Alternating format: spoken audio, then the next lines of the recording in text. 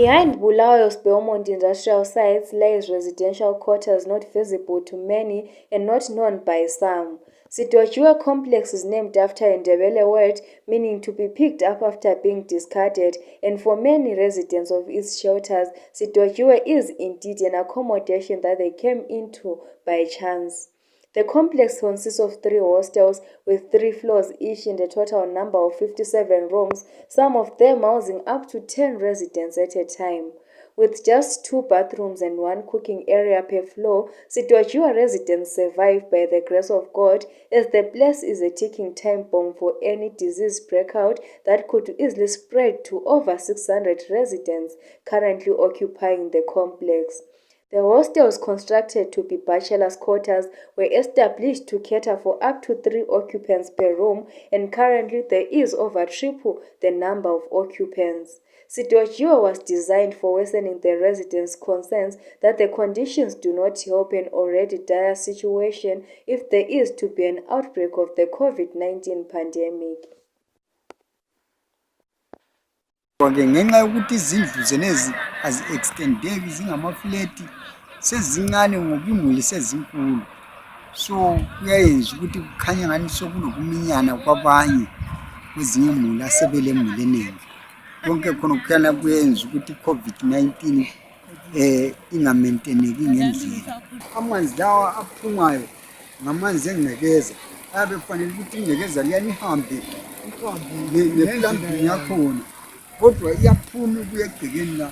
So nxa siklina laphana kungenzakala ukuthatha ikhorela noma idariya, kasila magloves, asila nto zokuvikela ukuthi nxa uklina lapha kwenzakala njani.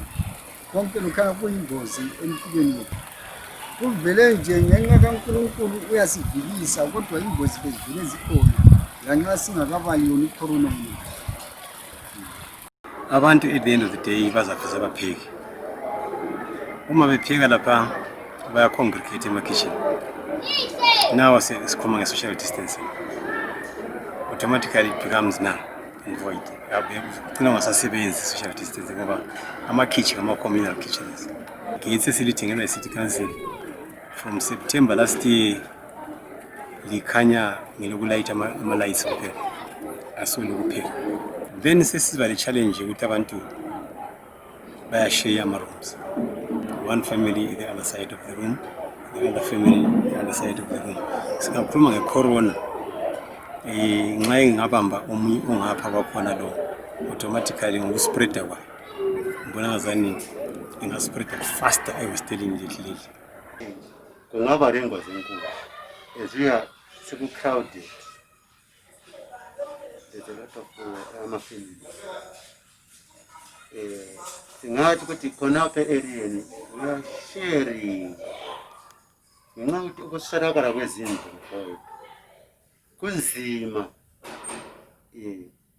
Sibalotshana singashiyo kodwa abanye bayashiya, but umkhuhlane lona ukuthi ungalokozi. Besicela abantu bezesincedisa ngoba ukuzivikelisa ikangaka ukuthi abantu abalazimali, abantu abasebenzi.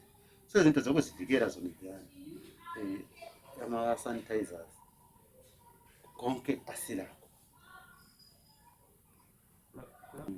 Asoze sibrema city council because umuntu wasiletha lapho sihluphekile, sabuya ngumramba thina sadilizela izinto safika khona khonokho sinceda ngakho with affordable price yenu ukuze i-rent kasoze simbreme because of the situation esinayo so far.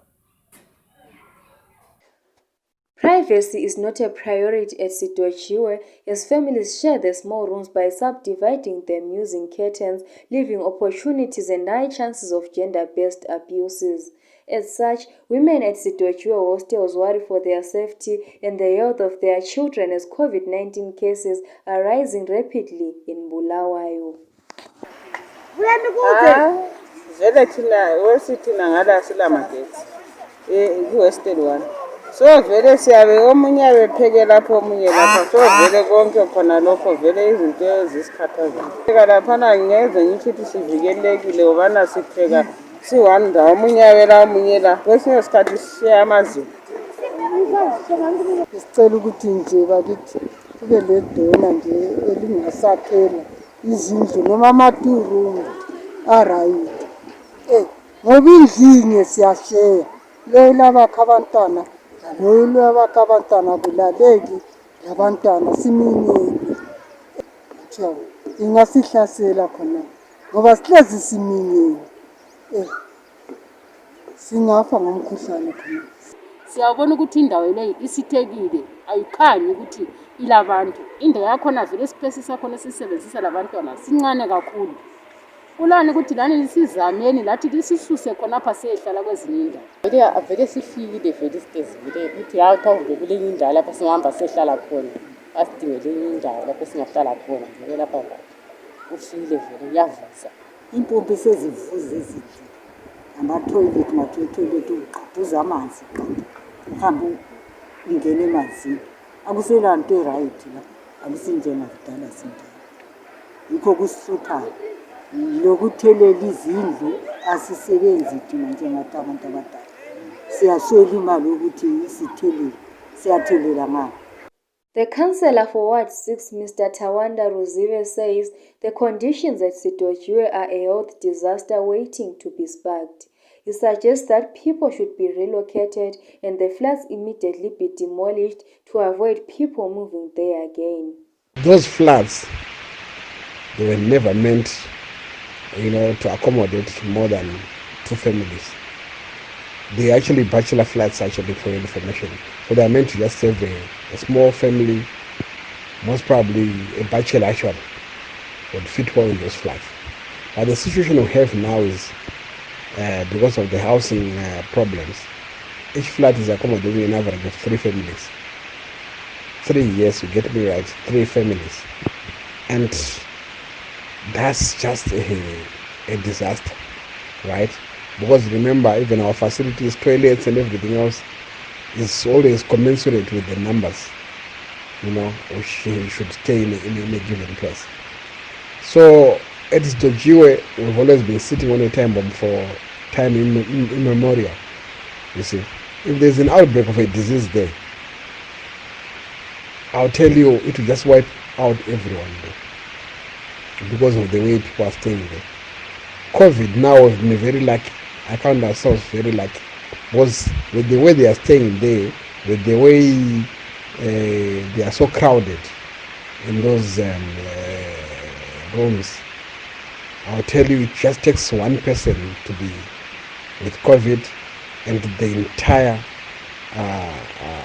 compound will just be engulfed. Cancer was I actually wanted to raise down, actually demolish the entire flat, right? They then created Amakhosikazi in Emganwini, right? Some people were assisted by donors, they benefited from that. But the moment these people got those tents and moved out, then another whole lot came in overnight, you see. And it has become that, because the situation is so bad. Those people, they are not employed, they stay in town. For them, it's shelter, it's everything, which you can't deny people at the end of the day. But we're in a situation Waylands, it is very, very sorry situation, and I wish we could have anyone to come and assist. And the way we should assist actually is just to ensure that we create or we move people into other areas. Residents say there has always been a foul play when it comes to the relocation of the people from the flats to the new residents, as last time less than half of the families were relocated to Mganwini and nothing was done for the rest. Uyazi ukuthi ubona sihlezi kanje sasiyakhelwe izindlu thina ezisemganwini, yabona emganwini uyakwazi, sasiyakhelwe izindlu emganwini, sidingelwe idona ngumasibanda ukhansila owayekhona, wasidingela idona leliyana laselisakha izindlu ukuthi sonke siyasuka zonke izinto ezisiye ngaphi siye emganwini ngoba lapha sihlezi buchapha. Kodwa ke unfortunately into ze-politics lezizwe zasidlayo basuka umama lona wasejiwa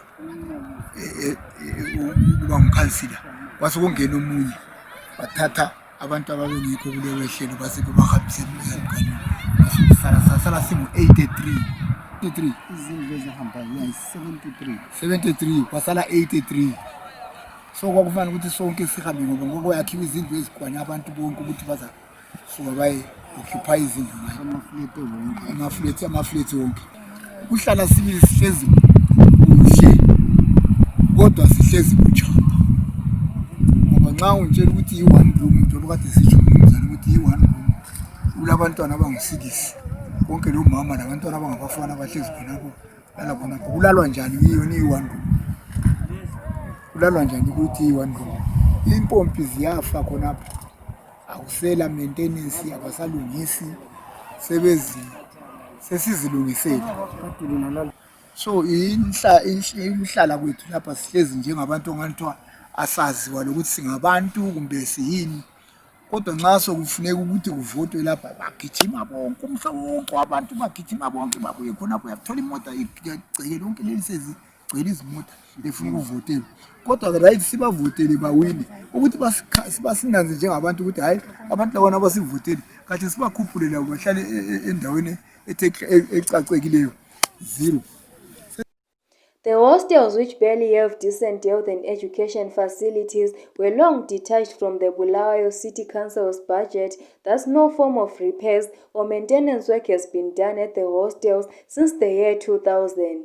Water and sewer leakages, industrial waste, dysfunctional toilets, and ill-maintained cooking areas put residents at risk of a lot of hazards and illnesses such as typhoid, diarrhea, malaria, and the serious threat of COVID-19 outbreak, as cases have risen to 1,073 this August only in Bulawayo.